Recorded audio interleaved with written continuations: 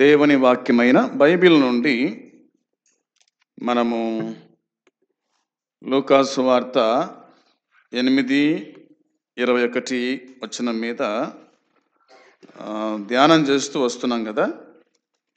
లూకాసు వార్త 8:21 వచనంలో రాయబడిన మాట, అందుకు ఆయన దేవుని వాక్యము విని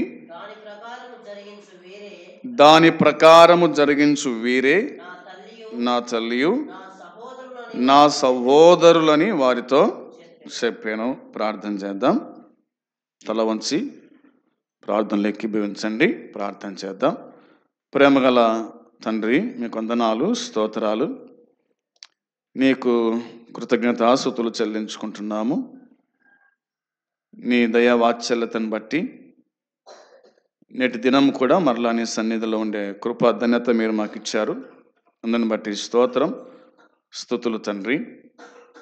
కూడి వచ్చి నీ వాక్యాన్ని వింటున్న ఈ ప్రజలను దీవించి ఆశీర్వదించండి. మైకు ద్వారా వింటున్న వారు కూడా గ్రహించినట్లుగా మీ కృప దయచేయండి. దినదాసుని మరుగుపరిచి నోటిని కేవలం నీ బోరగా మాత్రమే మీరు వాడుకొని నీ మాటలు వినిపించమని మేము ప్రార్థన చేస్తున్నాం. పాపికి రక్షణ, విశ్వాసకి ఆదరణ కలిగించమని మీకు అప్పగించుకుంటూ యేసుక్రీస్తు పరిశుద్ధమైన నామంలో అడిగి వేడుకుంటున్నాము తండ్రి, ఆమేన్. దేవుని వాక్యము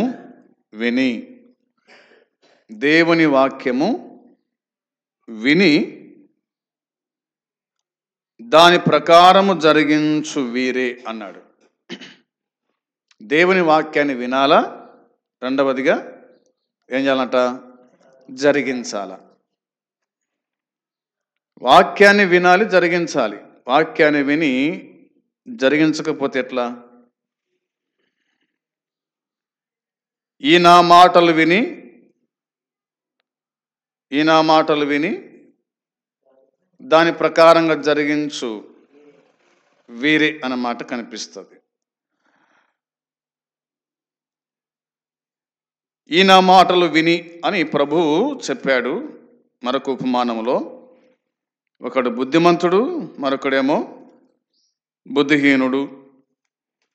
బుద్ధిమంతుడేమో బండ మీద పునాది వేశాడు, బుద్ధిహీనుడేమో ఎక్కడేశాడు పునాది?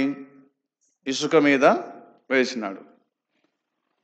ఇద్దరు దేవుని మాటలు విన్నోళ్ళే. ఒకడు విని ఆ ప్రకారం చేశాడు, ఒకడు విని త్రోసివేశాడు. ఇట్లా మనము దేవుని వాక్యాన్ని విని లోబడాలి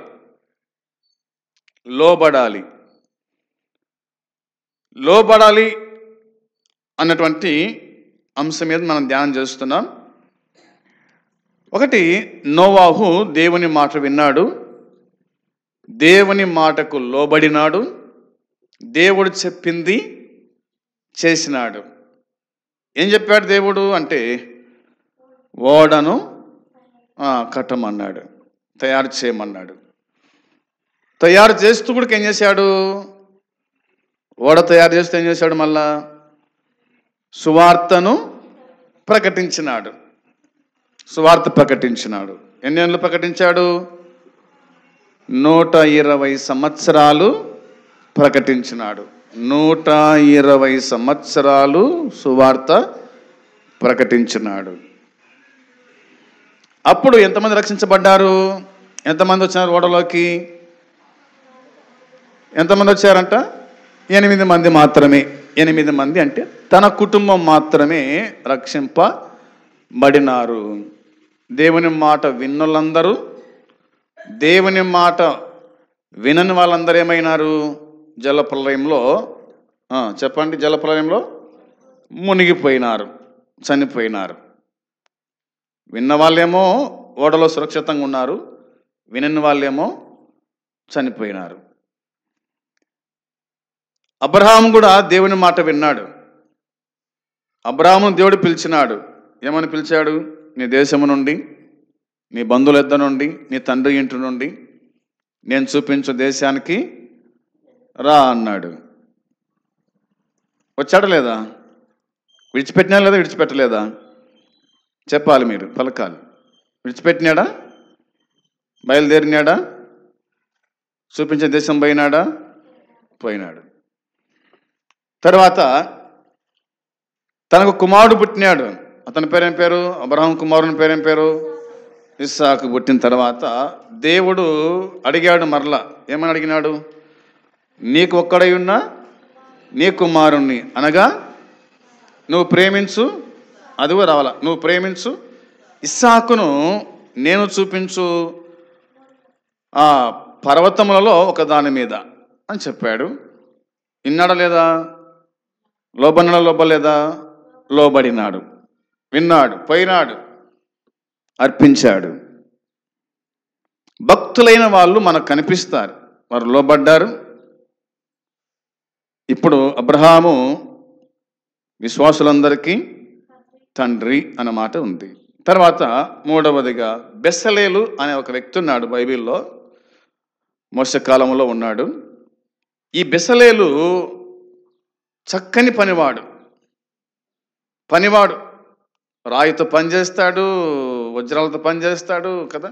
దేవుని మందిరము నిమిత్తం, దేవుని మందిరం వేయడానికి ఏమేం కావాలనో అన్నీ కూడా దేవుడు చెప్పినట్టుగా చేశాడు.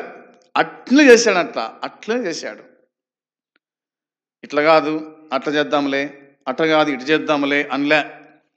కొండ మీద మోసేకు దేవుడు ఇట్లా చూపించినాడో అదే ప్రకారంగా బెసలకు చూపించాడు మోసే. అట్నే చేసినాడంట. దేవుని మాటకు లోబడినాడు. తర్వాత యెహోషువ దేవుని మాటకు లోబడ్డాడు. మోసే మృతులైన తర్వాత నూను కుమారుడు అయినటువంటి యెహోషువ దేవుడు అతన్ని పిలిచి చెప్పిన మాటకన్నిటికీ తాను లోబడినాడు. ఆ ప్రకారం చేశాడు కాబట్టి అతడు కానాన్ దేశంలో తను ప్రవేశించగలిగినాడు. పాలు తెనులు ప్రవహించే దేశంలో ప్రవేశించగలిగినాడు. వీళ్ళందరూ కూడా దేవుని మాటకు లోబడిన వాళ్ళే. లోబడితే ఆశీర్వాదం, లోబడకపోతే శాపము అని వాక్యమే మనకు గుర్తు చేస్తూ ఉంది. ఈ దినమందు హిజ్కియా గురించి కొన్ని మాటలు గుర్తు చేస్తాను. హిజ్కియా గురించి కొన్ని మాటలు జ్ఞాపకం చేస్తాను. రాజుల 2వ గ్రంథం, బైబిల్ ఉన్న వాళ్ళందరూ తీయండి, చూడండి. రాజుల 2వ గ్రంథం 18వ అధ్యాయము 6వ వచనము ఒకరు చదవాలి. 18వ అధ్యాయము 6వ వచనం. అతడు యెహోవాతో హత్తుకొని ఆయనను వెంబడించుటలో వెనుక తీయక ఆయన మోసేకు ఆజ్ఞాపించిన ఆజ్ఞలన్నిటినీ గైకొనుచు ఉండెను అని ఉంది. దేవుడి మాటలు దీవించునుగాక. ఆమేన్. దేవుడు తనకు ఆజ్ఞాపించిన ఆజ్ఞలన్నిటినీ గైకొనుచు ఉండెను. గైకొన్నాడా? గైకొనలేదా? గైకొన్నాడు. ఎవరు చెప్పిన మాటలు ఇవి? దేవుడు చెప్పిన మాటలు. ఒకటవదిగా యెహోవాతో హత్తుకొని అనుంది. అతడు యెహోవాతో హత్తుకున్నాడు. అయస్కాంతమునకు ఇనుము ఏ విధంగా హత్తుకుంటుందో ఆ విధంగా హిజ్కియా గుడక దేవుని హత్తుకొనెను అనే మాట వ్రాయబడింది. ఇతడు ఏ వయసులో వచ్చాడు రాజరికానికి అంటే దాదాపుగా 25వ సంవత్సరం వచ్చినట్టుగా దేవుని వాక్యం చెబుతుంది. చూడండి, మొదటి వచనం రాయబడిన మాట.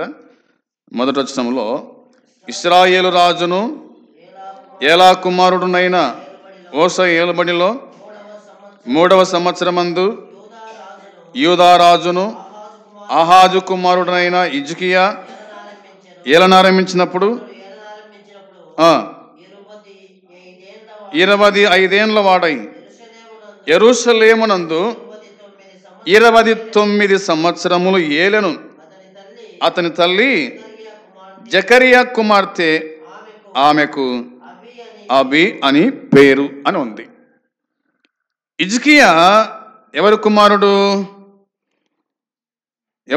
అంట? ఆహాజు అబి కుమారుడు. అబి అంటే హిజ్కియా యొక్క తల్లి పేరు.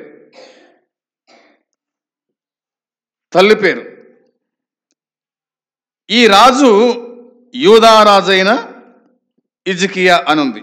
యూదా రాజు అన్నమాట కనిపిస్తుంది. ఇతని దేవుడు ఏర్పాటు చేసుకున్నాడు రాజుగా. వయసు ఎంత?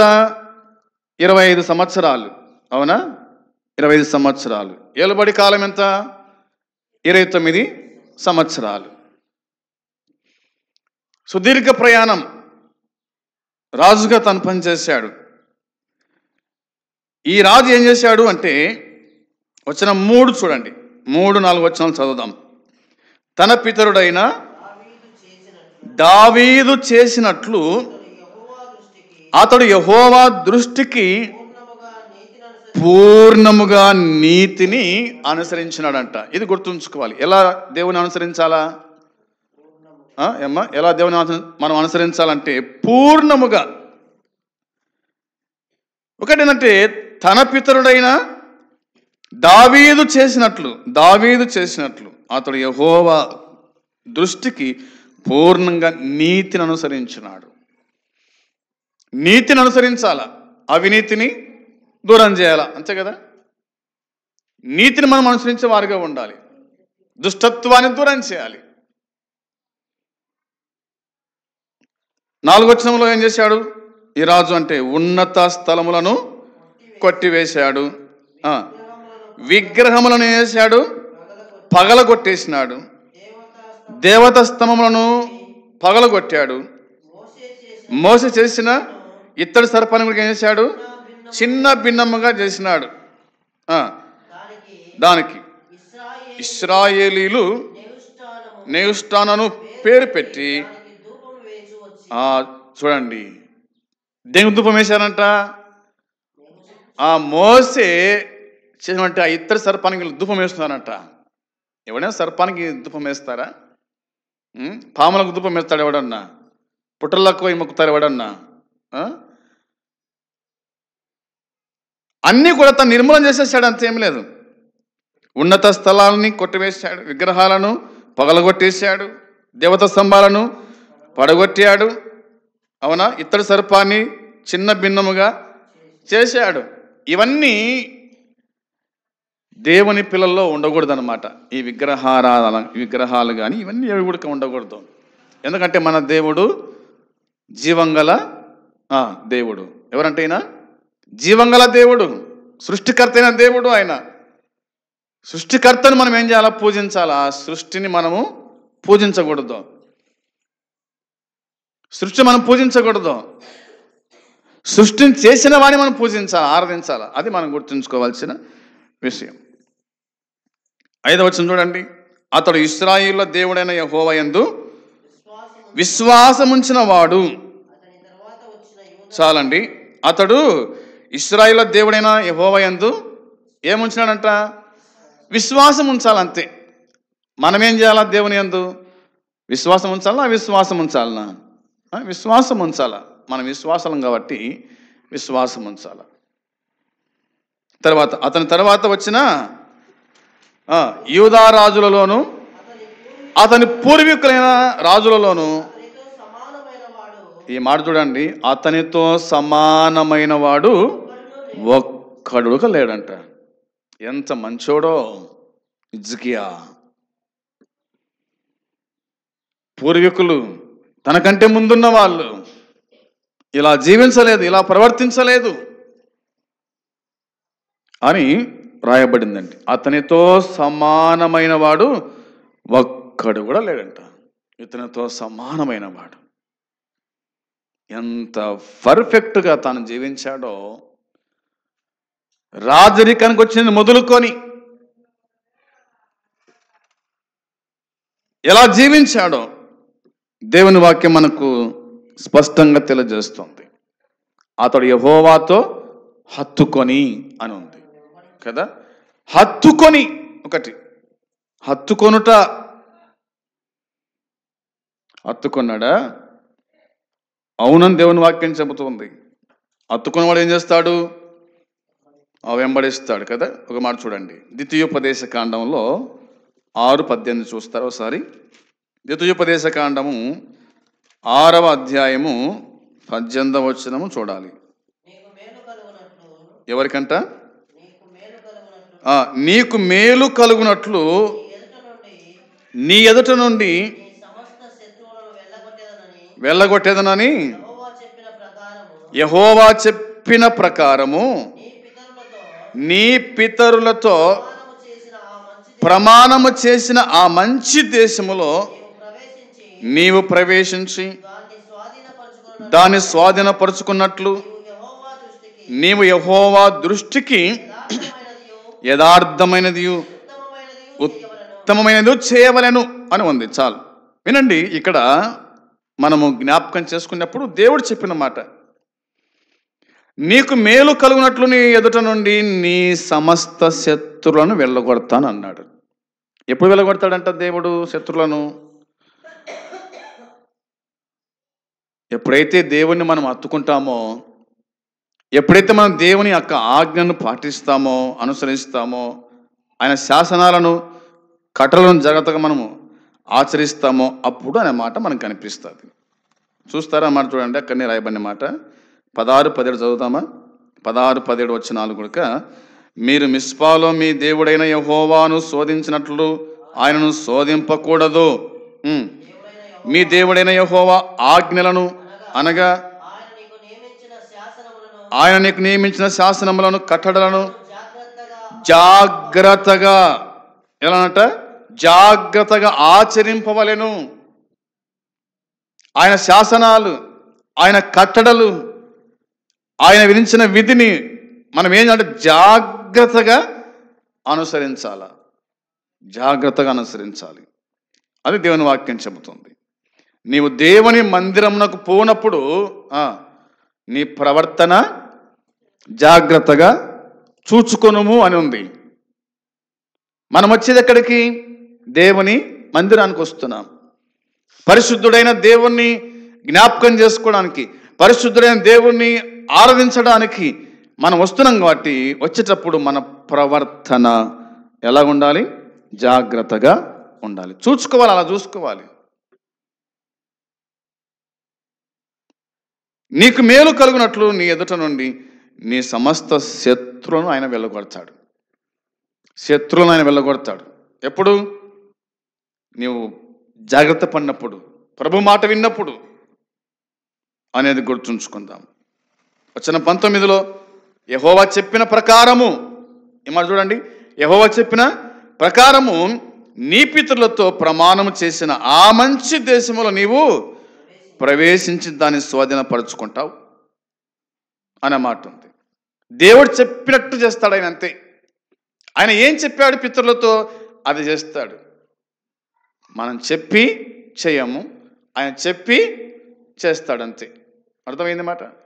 మనం చెప్పి చేయము, కొన్ని సందర్భాల్లో ఆయన చెప్పి చేస్తాడు, చెప్పకుండా ఆయన ఏమి చేయడు. అది గుర్తుంచుకోవాలి.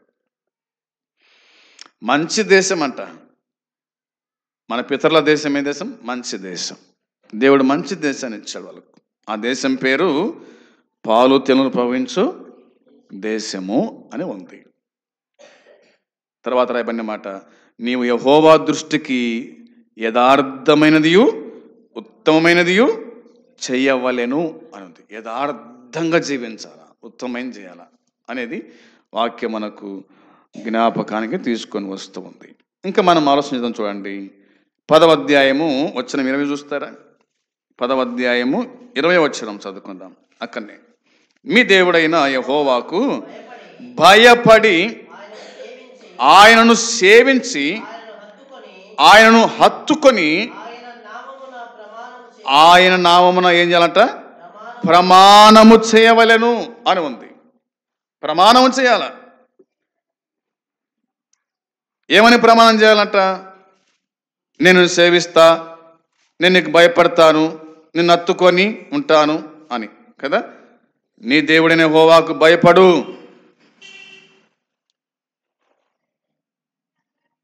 యోసేపు అన్నాడు, నేను దేవునికి భయపడువాడను, నేను దేవునికి భయపడువాడను అన్నాడు తన అన్నగారితో. మనము దేవునికి భయపడాలి, మనుషులకు కాదు. దేవునికి భయపడువాడు అందరికీ భయపడతాడు, అంతేగా. మనం దేవునికి భయపడాలి, ఎందుకంటే ఆయన జీవం గలవాడు, ఆయన నరకములో వేసేవాడు. దేవుడు నరకానికి పంపిస్తాడు దేవుని మాట వినకపోతే గనక. కాబట్టి ఆయనకు భయపడితే చాలు. వాక్యం చెబుతుంది, దొంగ అన్నాడు తన తోటి వానితో, నీవు దేవునికి భయపడవా అన్నాడు. అవునా? నువ్వు దేవునికి భయపడవా అంటే దేవునికి భయపడాలి, దేవునికి మనం భయపడేవారుగా ఉండాలని వాక్యం చెబుతుంది. నిజమే, మనం దేవునికి భయపడాలా, ఇది గుర్తుంచుకున్న తర్వాత యెహోవాకు భయపడి ఆయనను సేవించి అనే మాట ఉంది. ఆయనను సేవించుట. మూడవది ఆయనను హత్తుకొని అన్న మాట ఉంది. ఒకటి భయపడుట, రెండవది సేవించుట, మూడవది ఆయనను హత్తుకొని ఆయన నామమున ప్రమాణము చేయవలెను. 21 వచనం, ఆయనే నీకు కీర్తనీయుడు, నీవు కన్నులారా చూచుండగా భీకరమైన ఆ గొప్ప కార్యములను నీ కొరకు చేసిన నీ దేవుడు ఆయనే అనే మాట కనిపిస్తుంది. ఆయన భీకర కార్యాలు చేసేటువంటి వాడు అనేది మనకు అర్థమవుతుంది. ప్రియమైన వాళ్ళారా, గుర్తుంచుకోవాలి, మనము ఆయనను హత్తుకోవాలి. ఆయన సన్నిధిలో మనం ఎంతో భయముతో భక్తితో జీవించు వారమై ఉండాలని దేవుని వాక్యం మనకు జ్ఞాపకము చేస్తూ ఉంది. చూద్దాం ఇంకా 11వ అధ్యాయం చూడండి. అక్కడనే 11వ అధ్యాయము 22వ వచనం చూస్తారా? 11:22 వచనంలో, మీరు మీ దేవుడైన యెహోవాను ప్రేమించి ఆయన మార్గమంటిలోను నడుచుచు ఆయనను హత్తుకొని మీరు చెయ్యవలెనని అనుసరించి జాగ్రత్తగా నడుచుకొనవలెను అనే మాట ఉంది. ఎలా నడుచుకోవాలంటే మనం చేయాల్సిన పని ఏమిటి అంటే, వాక్యం చెప్తున్న మాట ఇదే కదా, యెహోవాను ప్రేమించాలి. ఒకటోది ప్రేమించాలి, రెండవది ఆయన మార్గం అంటిలో నడుచుకోవాలి, మూడవది ఆయనను హత్తుకోవాలి, తర్వాత మీరు చెయ్యవలనని నేను మీకు ఆజ్ఞాపించి ఆజ్ఞని అనుసరించుటకు జాగ్రత్త పడండి. ఇప్పుడైనా మీరు జాగ్రత్త పడండి, ఇక మించిపోయింది ఏం లేదు. ఎందుకంటే దేవుడు మనకు సమయం ఇచ్చాడు కాబట్టి ఇప్పుడైనా దేవుణ్ణి ప్రేమించుదాం, ఆయన మార్గం నడుచుకుందాం, ఆయనను హత్తుకుందాం. మరి ఆ ప్రకారంగా జీవించుటకు మనం జాగ్రత్త పడేవారుగా ఉంటే అప్పుడు ఏం జరుగుతుంది చూడండి. 23వ వచనంలో రాయబడిన మాట, అప్పుడు యెహోవా మీ ఎదుట నుండి ఈ సమస్త జనములను వెలగొట్టి మీరు మీకంటే బలిష్ఠులైన గొప్ప జనుల దేశమును, అది చూడండి, దేశము స్వాధీనపరుచుకుంటాం.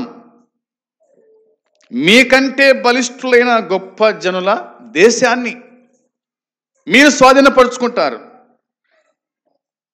వచ్చిన 24, మీరు అడుగుపెట్టు ప్రతి స్థలము మీదగును అన్నాడు.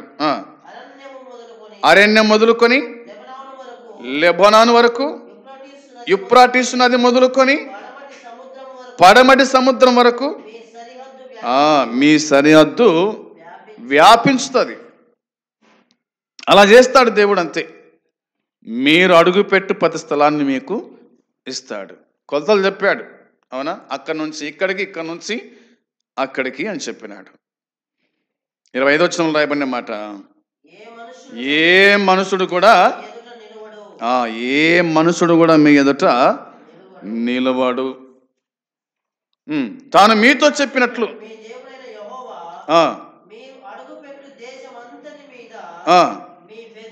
మీ బెదరు మీ భయము పుట్టును అన్న మాట ఉంది. ఈ మాట గుర్తుంచుకుందాం. మీ దేవుడైన యెహోవా మీరు అడుగుపెట్టు ఆ దేశమంతటి మీద ఏమంటుందంట, మీ బెదురుంటుంది, మీ భయము పుట్టించును అన్నాడు. మీ బెదరు. మనం దేనికి బెదురుతాం? మనం దేనికి బెదురుతాం? దేనికి భయపడతాం? మనం ఇదే భయము అందరికీ నేను పుట్టిస్తా అని చెప్పినాడు. రహాబ్ అనే వేశ్య వేగుల వారిని చూసి ఏమంది, మీ దేవుడు జరిగించిన గొప్ప కార్యాలు, సముద్రము చీల్చుట, ఆరజేయుట, మీరు నడిచి రావడము, ఐగుప్తు రాజులను చనిపోవడము, ఇవన్నీ మేము చూసినప్పుడు విన్నప్పుడు మా గుండెలు నీరైపోయినాయి అంట. అంటే మీ దేవుడు అంత గొప్పోడు అని, మీరు సేవించే దేవుడు, మీరు ఆరాధించే దేవుడు ఆయన గొప్పవాడు అనే సంగతి ఆ రహాబ్ అనే వేసి తెలుసుకొని చెప్పిన మాట అది. అందుని బట్టి మీ బెదరు, మీ భయము పుట్టించును అనే మాట దేవుని వాక్యం గుర్తు చేస్తుంది. ఇవన్నీ కూడా మనము గ్రహించు వారమై ఉండాలి. అంటూ కిందేమన్నాడు చూడండి, 26వ వచనంలో, చూడండి నేడు నేను మీ ఎదుట దీవెనను శాపమును పెట్టుచున్నాను.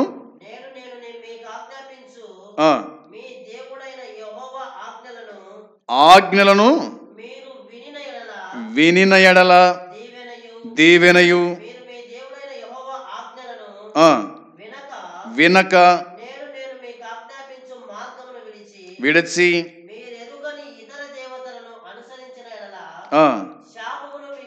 శాపం మీకు కలుగును. ఒకటేమో దీవెన, 26లో దీవెన ఉంది. నేడు నేను మీ ఎదుట దీవెనను శాపమును పెడుతూ ఉన్నా. మీకేం కావాలి చెప్పండి? ఇప్పుడు మీకు దీవెన కావాలన్నా శాపం కావాలన్నా? దేవుని మాట విని ఆ ప్రకారం జీవిస్తే దీవెన, దేవుని మాట విని కూడా ఆ ప్రకారం జీవించకపోతే శాపము అని దేవుడు చెప్పినాడు. ఇంకోటి చూడండి, అక్కడ నేడు నేను మీకు ఆజ్ఞాపించు మార్గమును విడచి మీరెరుగని ఇతర దేవతలను అనుసరిస్తే కనుక మీకు శాపం. ఇతర దేవతలను అనుసరిస్తే మీకు శాపం కలుగొచ్చు ఉంది. కాబట్టి మీరు నన్ను అనుసరించండి, నన్ను సేవించండి, నా దీవెన ఆశీర్వాదం మీకు కలుగుతుంది అని ప్రభువు చెప్పిన మాట జ్ఞాపకం చేసుకోవాలి. ఇక 13వ అధ్యాయం 4వ వచనం అక్కనే చూడండి. 13వ అధ్యాయము 4వ వచనం కూడా మనం చదవగా, మీరు మీ దేవుడైన యెహోవాకు ఏం చేయాలంట? లోబడి ఆయనకే భయపడి ఆయన ఆజ్ఞలను అనుసరించి ఆయన మాట విని ఆయనను సేవించి ఏం చేయాలంట? ఆయనను హత్తుకొని ఉండవలెను అనే మాట ఉంది. ఆయనను హత్తుకొని ఉండాల. ఒకటి లోబడాలి. దేనికి లోబడాలి? మనము దేవునికి మనం ఏం చేయాలంటే లోబడండి అని ఉంది. తర్వాత ఆయనకే మనం ఏం చేయాలా? భయపడాలి. ఆయనకే మనం భయపడాలా. మూడవది ఆయన ఆజ్ఞలను మనం ఏం చేయాలా? అనుసరించాలా. నాలుగవది ఆయన మాట వినాలా. ఆరవది ఆయనను సేవించాలా. ఏడవది ఆయనను హత్తుకొనాలి. అంతే, హత్తుకోవాలి. రూతు తన అత్తను హత్తుకొనేను అనే మాట రాయబడింది. ఆ విధంగా మనం దేవుణ్ణి హత్తుకొనే వాళ్ళను అనే మాట చూస్తాం. అప్పుడు ఏం జరుగుతుందంటే చూడండి, 5వ వచనంలో 5వ వచనం చూడండి ఒకసారి. నీవు నడవవలెనని నీ దేవుడైన యెహోవా నీకు ఆజ్ఞాపించిన మార్గముల నుండి నిన్ను తొలగించున్నట్లు ఐగుప్తు దేశముల నుండి మిమ్మల్ని రప్పించి దాసగృహము నుండి మిమ్మల్ని విడిపించిన మీ దేవుడైన యెహోవా మీద తిరుగుబాటు చేయుటకు మిమ్మల్ని ప్రేరేపించను గనుక ఆ ప్రవక్తకేమి, కలలు కనువానికేమి మరణశిక్ష విధింపవలెను. అట్లు నీ మధ్య నుండి చెడుతనమును పరిహరింపవలెను అన్నమా. చెడుతనాన్ని పరిహరింపాలి. చెడ్డవారిని దూరం చేసుకోవాలా.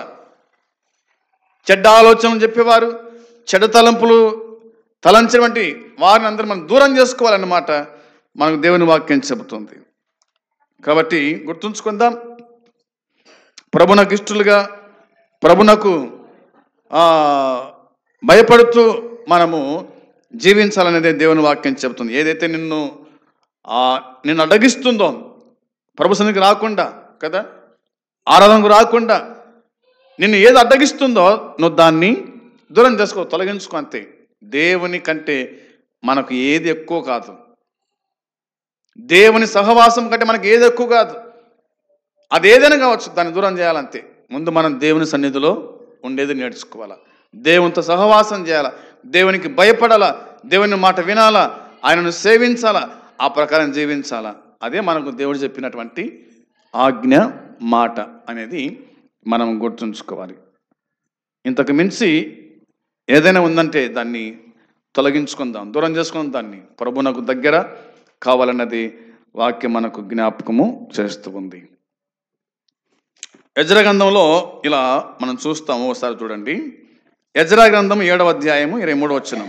7వ అధ్యాయము 23వ వచనం. ఎజ్రా గ్రంథం 7వ అధ్యాయం 23వ వచనంలో, ఆకాశమందలి దేవుని చేత ఏది నిర్ణయమైనో దాని ఆకాశమందలి దేవుని మందిరమునకు జాగ్రత్తగా చేయింపవలసినది రాజు యొక్క రాజ్యం మీదకిని అతని కుమారుల మీదకిని కోపం ఎందుకు రావాలను అన్న మాట ఉంది. మనం ఎప్పుడైతే చేయమో అప్పుడు దేవునికి ఏమొస్తుందంట? కోపం వస్తుంది. గుర్తుంచుకోవాలి చూడండి ఈ మాట.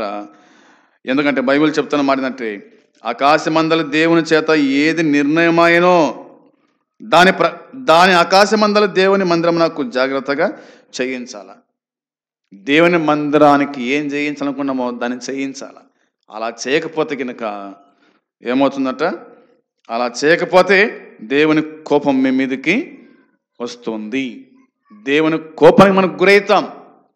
దేవుడు ఒక్క నిమిషం కోపడితే కొన్ని వేల మంది చనిపోతారు, అంతేమీ లేదు. కాబట్టి మనం దేవుని కోపానికి గురి కాకుండా, దేవుని కోపం రేపకుండా మనము జాగ్రత్త పడాలా అనేది వాక్యం. జాగ్రత్త పడండి అన్నమాట ఉంది. చూడండి, అక్కడ రాయబడిన మాట 6:10 చూడండి ఒకసారి. 6వ అధ్యాయం 10వ వచనము. ఎజ్రా గ్రంథం 6:10 రాయబడిన మాట, వారికి కావలసినంతయు ఇయ్యవలెను అన్నమాట ఉంది. వారికి కావాల్సిందంతా ఇవ్వండి. ఎవరికి ఇవ్వాలి? ఎవరికి ఇవ్వాలా? మనము కావాల్సిందంతా యాజకులకు ఇవ్వాలా. యాజకులకు ఇవ్వాలా.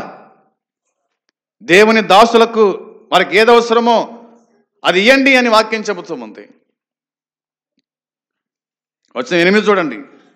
8వ వచనంలో మనం చూడగా, మరియు దేవుని మందిరమును కట్టించున్నట్లుగా యూదుల యొక్క పెద్దలకు మీరు చేయవలసిన సహాయమును గురించి మేము నిర్ణయించినదేమనగా, రాజు యొక్క సొమ్ములో నుండి, అనగా నది అవతల నుండి వచ్చిన పన్నులో నుండి వారు చేయు పని నిమిత్తము తడవు ఏమాత్రము చేయక వారి వ్యయమునకు కావలసిన దాన్ని ఇయ్యవలెను అని ఉంది. వారికి కావాల్సిన ఏమి ఇచ్చేయండి, తడువు చేయొద్దు. మనం తడువు చేస్తూ ఉన్నాం, ఇవ్వాల్సింది ఇవ్వకుండా తడువు చేస్తున్నాం. దేవుని మందిరమును కట్టించడానికి, దేవుని మందిరం నిమిత్తమై ఇవ్వడానికి మనం చేస్తాం, తడువు చేస్తూ ఉంటాం. ఏమైనా పిల్లలు పెడతాయా మీ కాడు ఉంటే? అవునా? దేవుని సొమ్ము దేవునికి ఇవ్వండి అని వాక్యం చెబుతుంది. దేవుని సొమ్ము దేవునికి ఇవ్వండి. అది మీది కాదు, అది మీ సొమ్ము కాదు. అది దేవుని మందిరానికి ఏది ఇవ్వాలనో అది మనం తడువు చేయకుండా ఏం చేయాలంట? అమ్మా వినండి, ఎక్కడ చూడొద్దులేండి. దేవుని సొమ్ము మనము ఎప్పటికీ కానీ మన యొద్ద ఉండకూడదు. అది మనకు శాపం, అది మనకు శాపం. కాబట్టి దేవుని సొమ్ము మనము దేవునికి ఇచ్చేవారుగా ఉండాలని వాక్యం చెబుతుంది. ఇంకేమని చూడండి, 9వ వచనం రాయబడిన మాట. 9వ వచనంలో, ఆకాశమందల దేవునికి దహన బలులను అర్పించుటకై కోడెలే గాని, గొర్రె పొట్టేన్లే గాని, గొర్రె పిల్లలే గాని, గోధుమలే గాని, ఉప్పే గాని, ద్రాక్షరసమే గాని, నూనెయే గాని, యెరూషలేములోనున్న యాజకులు ఆకాశమందలి అర్పించి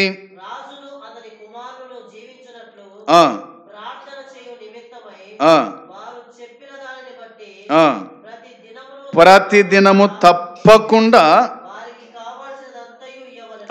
ఎప్పుడెప్పుడంట ప్రతి దినము తప్పకుండా వారికి కావాల్సిందంతా ఇవ్వండి అని దేవుని వాక్యం చెబుతుంది. కావాల్సిందంతా ఇవ్వండి, కావాల్సిందంతా ఇవ్వండి, ప్రతి దినం కూడా ఇవ్వండి అని వాక్యం చెబుతూ ఉంది. 22వ వచనం కూడా చదవం చూడండి. ఏలయనగా ఇశ్రాయేలు దేవుని మందిరపు పని విషయమై వారి చేతులను బలపరచుటకు యెహోవా అష్షూరు రాజు హృదయమును వారి వైపు తిప్పి వారిని సంతోషింపజేశాను. సంతోషించాలా దేవుని దాసుడు, ఏం చేయాలా? సంతోషించాలా. దేవుని మందిరం నిమిత్తమై మనము ప్రతి దినము మన చేతులు మనము చాపేవారుగా ఉండాలి. దేవుని పని ఆగిపోకూడదు. దేవుని దాసులు, దేవుని సేవ చేసే వాళ్ళు సంతోషించాలా, వాళ్ళు ఆనందించాలా అన్నది దేవుని వాక్యం మనకు గుర్తు చేస్తూ ఉంది. ఇది మనము గమనించడం లేదు, మనం ఆలోచన చేయడం లేదు. మనము, మన కుటుంబము, మనమే అంతేగా. దేవుని దాసుడు ఏం తింటున్నాడు, దేవుని దాసుడు ఏం కట్టుకుంటున్నాడు, దేవుని దాసునికి ఏంది అనేటువంటి ఆలోచన నేటి సంఘాలకు, నేటి విశ్వాసులకు అస్సలే లేదని నేను జ్ఞాపకం చేస్తూ ఉన్నా.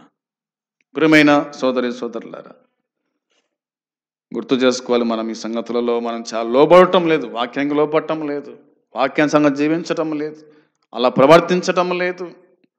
అంత మనకే, అంత మనమే అన్నట్టుగా మనం బతుకుతున్నాం. అలా జీవించకూడదు ఎప్పటికీ అనే సంగతి వాక్యం చెబుతూ ఉంది. 27వ కీర్తనలో ఇలా చూస్తాం చూడండి. ఒక మాట, ఈ మాట చూసి ముగిద్దాం. 27వ కీర్తన 8వ వచనం. 27వ కీర్తన 8వ వచనంలో వాక్యం చెబుతున్న మాట చదవాలి. నా సన్నిధి వెదుకుడని నీవు సెలవీయగా యెహోవా నీ సన్నిధి నేను వెదకెదనని నా హృదయము నీతో ఆనెను అనే మాట. దేవుడేమంటున్నాడు? ఈ మాట మనము గుర్తుంచుకోవాలి. నా సన్నిధి వెదకుడని నీవు సెలవీయగా. ఆయన అంటున్నాడు, నా సన్నిధి వెదకండి. దేన్నో కాదు, ముందు నా సన్నిధి మీరు వెదకాల. వెతుకుతున్నామా దేవుని సన్నిధి? మనం మన ఊర్లో సంఘం ఉంది, మన ఇంటి పక్కల సంఘం ఉంది, మన సమీపంగా ఉంది మందిరం. మన దేవుని వెదకాల.